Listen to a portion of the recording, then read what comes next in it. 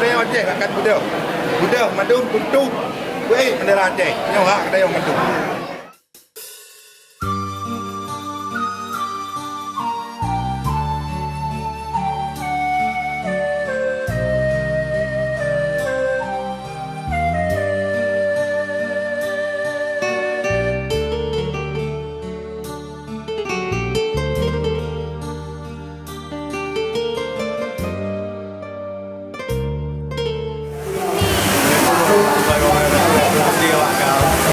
Kita lagi di acara yang ke-44 yang bagi buat pejuang Aceh dulu.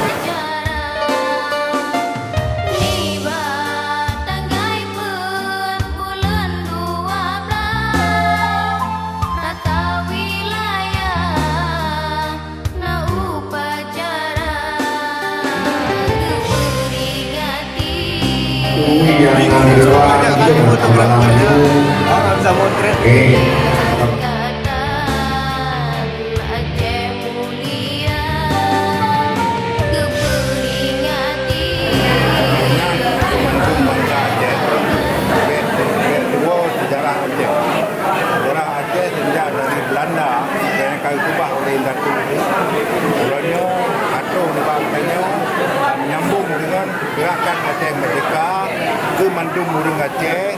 Yo ke katanya tapi ingat titik tun tapi ingat baik ada sejarah kebangsaan tu beringat dak hanali kamu orangnya yang tua-tuanya generasi bangsa Aceh ke akan diperjuangkan untuk kepentingan Mandung bangsa Aceh.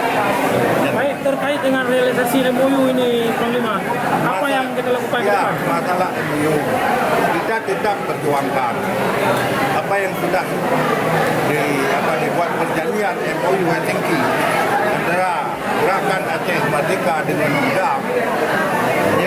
Dalam perjanjian yang tak harap dengan pusat baiknya diubah dan harus lebih god dan lebih bagah tentang kepentingan atau yang ada dalam MOU-nya. Yang tak harap dengan karena kepentingan Mandung Murung Aceh bukan kepentingan GAM. Kan GAM, bangsa Aceh. Jadi bangsa Aceh hak memperjuangkan adanya perkara MOU-nya dan perkara bendera dan perkara dalam MOU-nya hak bangsa Aceh. Jadi bangsa Acehnya baik pulang kamu GAM betul. Karena kamu kalau muprang oleh tanggung jawab Mandung bangsa Aceh. Tanya harus berumur sama-sama. Harus berjuang sama-sama. Ini sampai kapan agar kita pertahankan kondisi seperti ini, Panglima? Dan kita tak buatnya cepat-cepat mungkin harus selesai.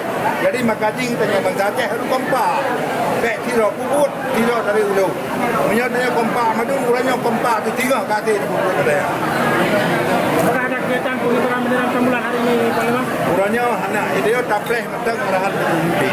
Adanya bendera gerakan Aceh Merdeka akan selesai. Karena orangnya DPRA akan disahkan.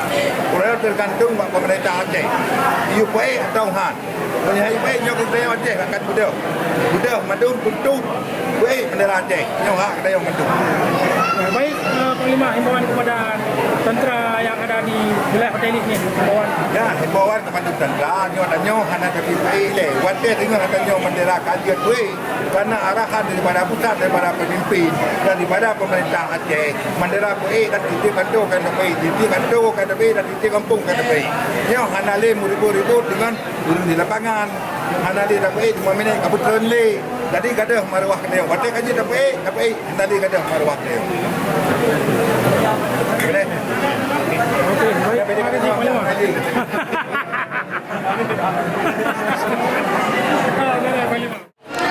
Alhamdulillah akhirnya selesai hari ini tugas kita untuk mendokumentasi Milad GAM yang ke-44 dan sekarang kita mau pergi, kalau nggak hujan kita mau pulang dan pergi sholat Jumat. Terima kasih.